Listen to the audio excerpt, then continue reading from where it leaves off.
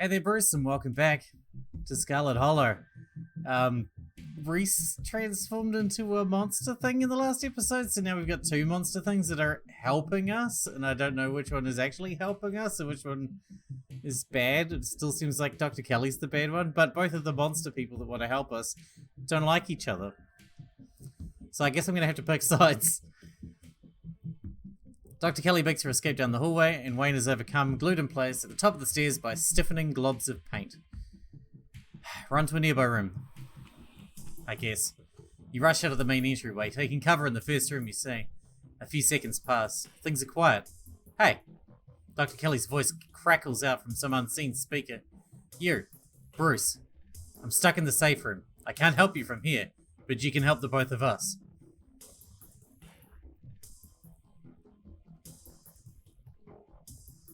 You survived. What's going on?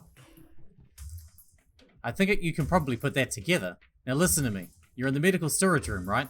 I need you to use the black taped key to get into the cabinet and bring me the elephant tranquilizers. It's a bottle labeled Carfentanil. Bear tranquilizers clearly aren't going to cut it anymore. An intercom system, huh, Doc? Good. You should hear this. Bruce, you don't have to do anything she says. I'm not going to hurt anybody else. Just her. If I don't, you and I both know she's going to shoot me full of elephant tranquilizers. Did I hear that right? And shove me back down in the basement. Or maybe someplace even worse and keep killing me every day for the rest of my miserable existence. I feel amazing right now. Better than I've ever felt in my life. I'm not dangerous. She's just scared because she knows she finally has to pay for what she's taken from me.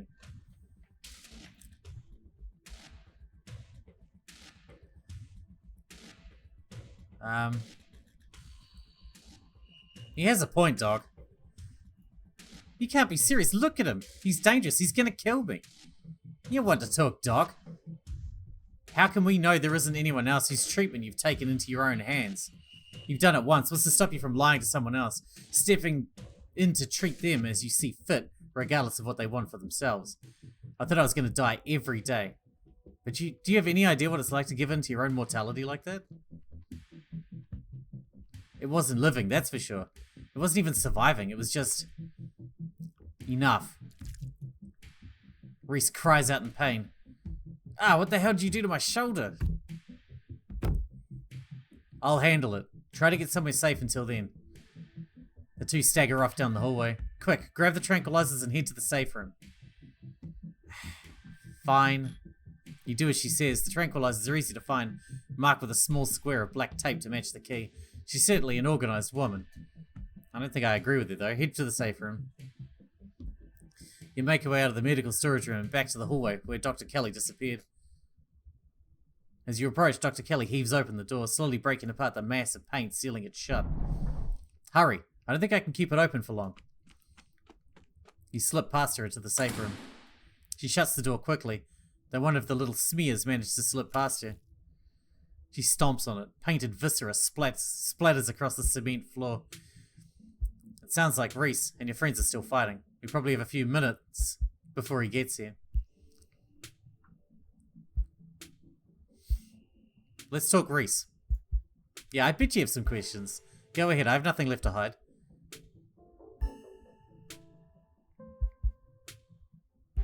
What is he? At first I thought he was some kind of werewolf. But if he is, he doesn't follow any kind of full moon rules or anything. Silver doesn't do shit to him. But you've seen what he looks like. It's just weird. I almost wish I could examine him while he's fully transformed. I'd be fascinated to know what happens to him or how his body does it. But he seems pretty hell-bent on ripping my throat out, so I guess it'll just have to remain a mystery. But, I mean, I'm still on his side here. Why'd you start poisoning him? Dr. Kelly sighs. Can we stop calling it poison? Yes, it's poison, but the act of me giving him poison was not me poisoning him. I was medicating his illness. It started when he was around 15. I've been giving him increasingly high doses of clonopin, but his body kept adapting and his symptoms would come back, especially if we ever fought. I couldn't keep ordering all those drugs. It was already suspicious, and I could risk losing my license, especially if anyone ever found out what I was using them for. Someone approached me with a solution. I took it. And I've been dealing with the emotional and mental consequences of that decision ever since.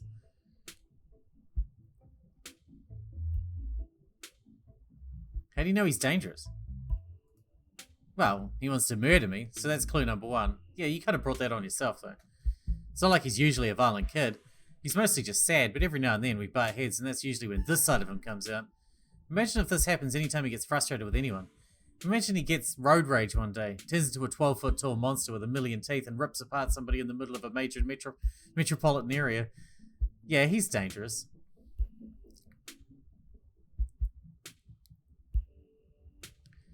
Doesn't mean he's dangerous. I mean, you are the biggest threat to him. Don't preach to me. Sure, right now, I'm the focus of his ire, but who's to say he's not just going to find a new target once I'm out of the picture? I know what he's capable of, so it's my job to make sure he doesn't hurt anyone. How did he not know what he was? I've been medicating him since he was 12. We've only had 3 incidents like this before, maybe 4, depending on what counts. This is the worst one by far. He doesn't seem to understand at first that he looks different, and I just make sure to stay on top of his dosages, so he rarely ever does. But I've been preparing for this inevitability. He's an adult now. There's only so much I can do to control him. Who approached you and what did they say? Dr. Kelly gives you a long, hard look. I don't want to talk about that woman. But screw it, I might die tonight, so sure, I'll tell you. Sybil, right? It was... And that's all I have to say about that. It's definitely Sybil, because Sybil's fucking controlling us. She's messing with our brain. That's why we didn't get to see anything, because of the tea she gave us or whatever. Is his dad similar? A strange little smile creeps onto Dr. Kelly's face. I wish I knew. Reese just kind of happened. I wasn't seeing anyone. I just woke up pregnant one day. I know how impossible that sounds. I'm a doctor, for Christ's sake. I kept having these weird dreams, almost like sleep paralysis episodes.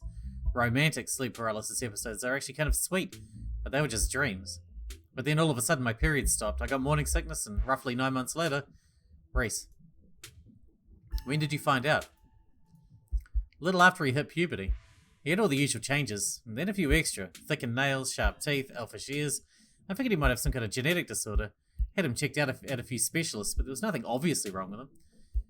Then we had an argument and he changed right in front of me. It was nothing like what he is now. Just a couple of inches and some facial abnormalities, enough to be noticeable.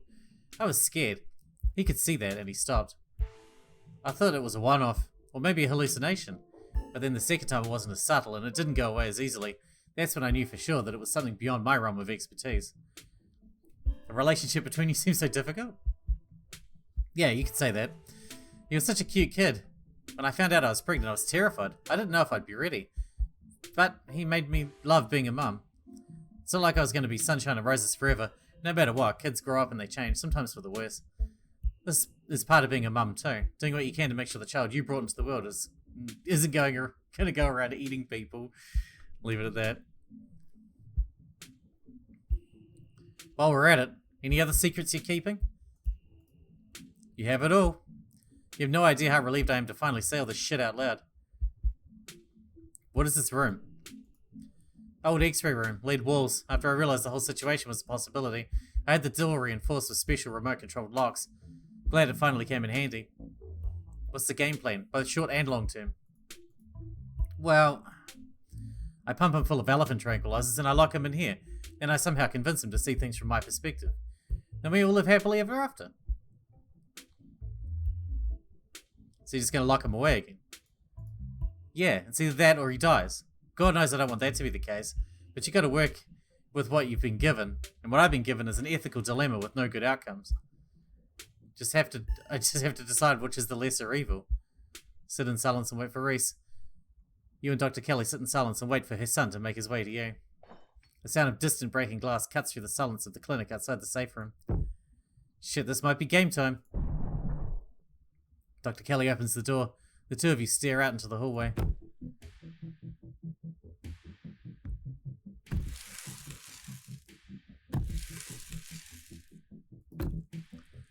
Well, he's interesting to look at. Is this what you're so afraid of? Hand over the tranquilizers. This is our shot.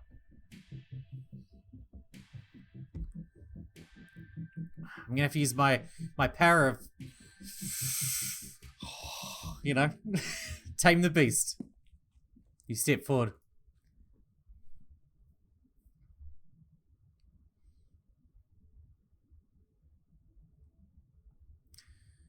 She's only going to doing this to protect herself. Show her you're not a monster. Back down. Gotta use my sexual charms to make this stop happening. But he stammers, his unnaturally stretched mouth struggling with the words. For God's sakes, Bruce, get away from him. He stares up at the woman in the doorway behind you. There's something pained in his expression, beyond the rage he feels for her. Reese's gaze returns to you, sadness in his eyes. I'm not a monster. He takes a step back, and then he's gone. You can hear his thudding footsteps receding down the hall, then the sound of the front door. How the hell did you manage that?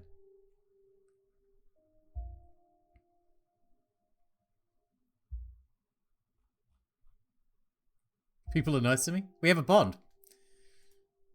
You met him yesterday. But I can't deny what just happened. You managed to get him to back down. Still, I doubt the rest of the town is going to be able to do the same. He'll be fine out there. Dr. Kelly carefully makes her way to the entrance of the clinic, checking around corners, and you follow close behind. He's long gone. The door to the clinic hangs open. The night beyond seemingly empty. I should go after him. He's all keyed up. If I don't do something, he might go after somebody else.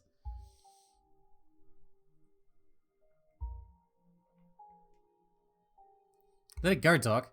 Give him a chance to be free. I shudder to think what that means for someone like him. She sighs. Just because he looks weird doesn't make him a fucking evil monster. But it's dark. He has better night vision than me. Going after him now would probably just end poorly. Hope you knew what you were doing. If I'm being honest with myself, it's been a long time coming.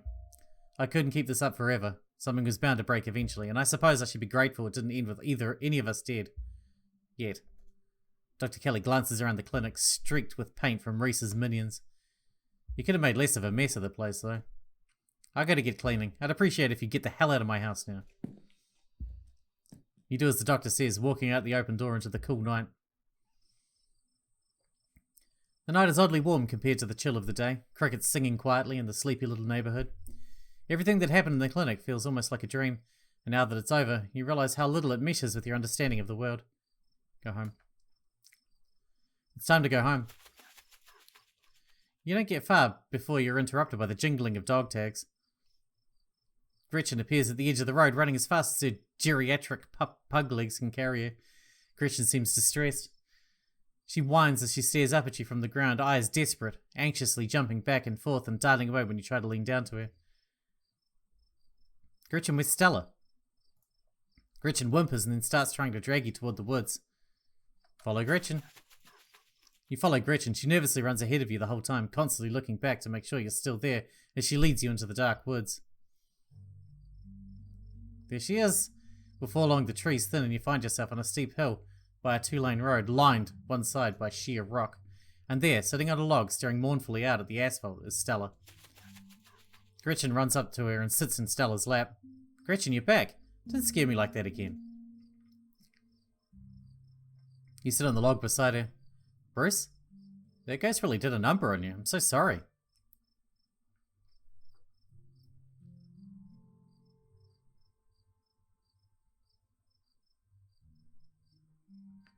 Why haven't you been answering your phone? Have you been trying to call me? There must be reception out here. You get pretty bad coverage as soon as you leave town limits. You should probably know what happened with Reese. Oh no, is everything okay? Did he get sick? You relay the events of the evening as best you can. Saying it out loud somehow makes it feel less real. Like you're sharing the plot of a horror movie, not something that actually happened to you. Well, we were watching a horror movie too, so... Hopefully we don't confuse things. Oh my god. So he's just out there somewhere? All monstery? That's a lot to take in. I've known the guy for pretty much my whole life. I had no idea. I hope he's okay. God, I don't even know if I can process this right now. Last night was already so bad. This is where the accident happened. My parents died on this bend in the road. They were taking me to college. I was lying in the back seat. It had just rained and the sun was finally coming out.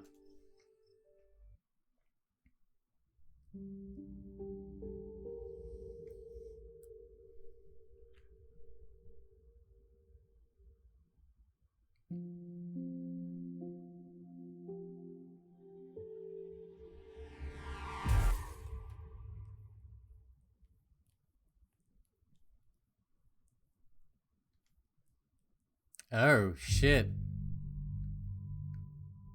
Took the top of the car off, so it took their heads off. And that's why she was alright, because she was lying down.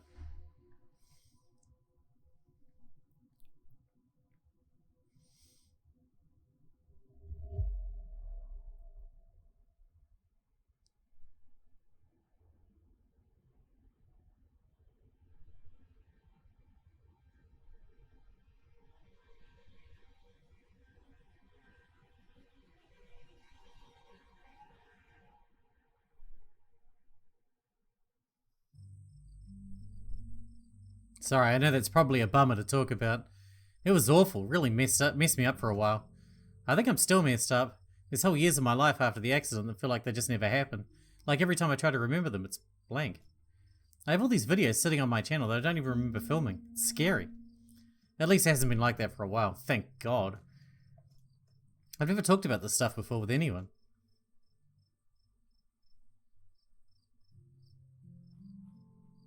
Take her hand. Let's be nice. You reach out to her, taking her hand. It's warm against the cool night air, and the skin of her knuckles is soft. She finally tears her gaze from the road, and her sad eyes meeting yours. But there's a hint of a smile creeps up the corners of her mouth, her dimples beginning to crease. Her hand shifts, her calloused palm fitting into yours, her grip tightening. It's strong and comforting. You can tell that she feels held, and so do you. The two of you stare out at the road. I think the accident is probably why I got into ghost hunting. I think I just wanted to see them again. I wouldn't know whether I even could. I never found anything, so I eventually gave up. Then last night happened, and I ran out here to see if maybe it would happen with them too. Even if it meant seeing the crash again or seeing them all messed up and dead, I just wanted to see them. It's been a whole day. I don't think they're coming.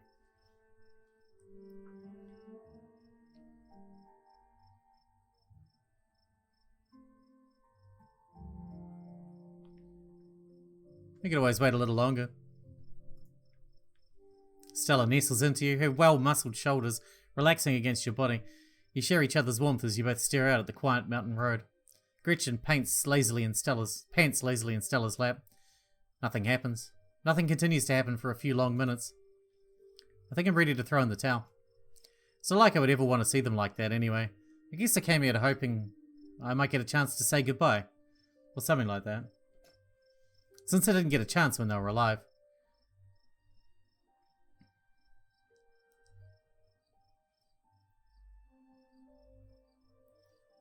You could always say goodbye now. Stella sits in silence for a long moment, her breath slow and even. Goodbye. I love you. Don't worry about me. I'm going to be fine. She's silent again, as if waiting for a response, but it never comes. But she smiles, a lively glimmer returning to her sad eyes. It kind of felt better. I don't think I realized how much I kind of trapped myself in my own head. Thank you for breaking me out of it. She straightens up, stretching her neck. Gretchen hops down from her lap, tags jingling in the quiet night air. You should probably head back, right? I haven't slept in a day. I suppose I could ask you to walk me home. I'd love nothing more. You offer her your arm. She smiles, slipping hers into the crook of your elbow. She pulls you closer until the skin of your forearm brushes against your side. And this is me. Do you want to come in? Romance. I was hoping you'd ask. I'd love to. This is a dating sim, right? Nice. Stella ushers you inside, a barely contained grin threatening to split into an excited smile. Let me just take a quick shower. I've been sitting outside all day. I need some soap. It'll just take a minute, then we can get cozy. I'd kill for a shower. Stella laughs. Yeah, I'm sure you built up quite a lot of grime today. It's all yours when I'm done. Yeah, you know, all the paint monsters. It's not very romantic, realistically. She hurries off, leaving you and Gretchen in the living room. Gretchen immediately curls up in her bed, clearly exhausted after a long day of worrying over Stella. Before she has a chance to fall asleep, a heavy knock startles her and you. Gretchen growls. There's someone at the door. Is it Reese? Who is it? You know who it is. Oh, Wayne. Cool. Open the door, please, Bruce. Okay. You summon the bravery to cross the room and open the door. I'm not scared of Wayne. Not anymore. Wayne cocks his head, the stained veil over his face fluttering at the slight breeze outside. The outside of his clothes is streaked with what you first think might be gore, but you quickly realize is actually paint. There are wide claw marks down his shirt. You didn't kill Reese, did you? But he's still in one piece after his altercation with Reese. Dude, get out of here. I'm in the middle of something. I'm aware, and I won't stop you. You can have your fun tonight. I just want to suggest how you spend your time tomorrow. You should take advantage of Tabitha's absence at the estate. Forbidden places won't be forbidden without her around to stop you. Do a little exploring. You might be surprised what you can find. I wish there wasn't always wailing around when Wayne was here. He slowly steps back, shining eyes fixed on you as he disappears into the dark night beyond Stella's door. Am I gonna have to censor shit out after this? Gretchen growls. Growls escalate into barks. Calm down, Gretchen. Were you just talking to someone, Bruce?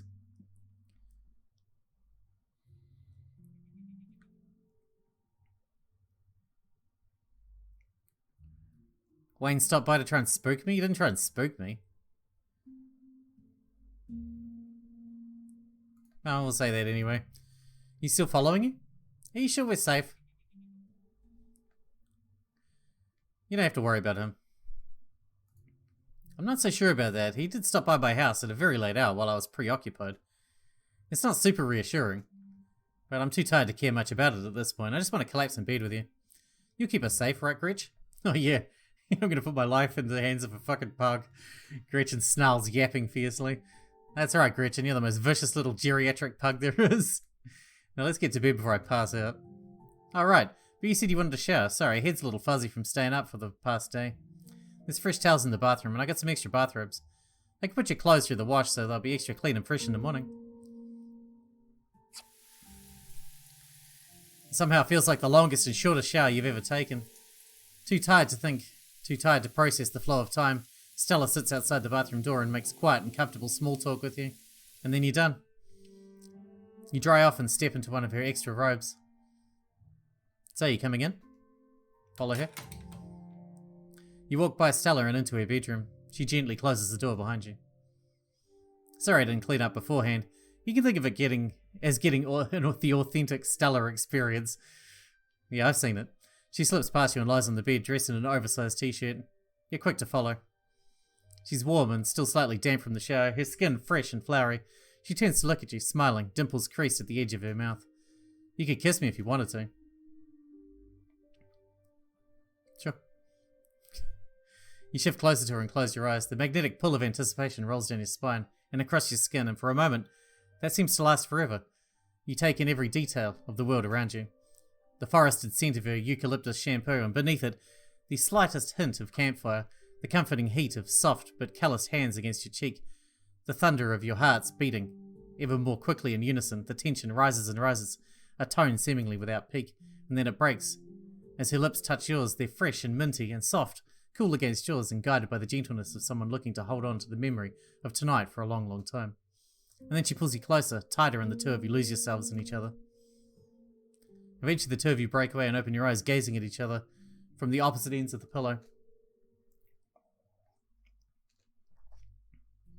You drift off together, limbs intertwined, exhausted and safe and comforted. Tomorrow may bring you some new horror, or it might not, but whatever happens, you'll face it together. Ah, the end of episode 4. Shit. Well, I mean, we had a good run there. I knew that was eventually going to happen. I don't know how many more episodes there are going to be, but it definitely feels like it's building up to a sort of end point at this point. Like to continue with this world state in episode 5, please save your game now. I shall. And with that, I guess that's the perfect time to wrap this episode up here. I'm really curious to see, maybe once the game's done, I don't know how long that'll be, but maybe we'll do a second run and we'll do it totally differently, because it feels like there's so many ways that this can go. That's why it's like got such high ratings, right? It's crazy, man. It's so well written. Anyway, I'm looking forward to the next one, but again, it's going to be probably quite some time. Seen episode 4 only dropped a few days ago, I think. Maybe a week ago. So, between now and then, we're going to have to jump onto some other things. But, hope you guys are looking forward to it as much as I am. Thanks for watching, and I'll see you in the next one.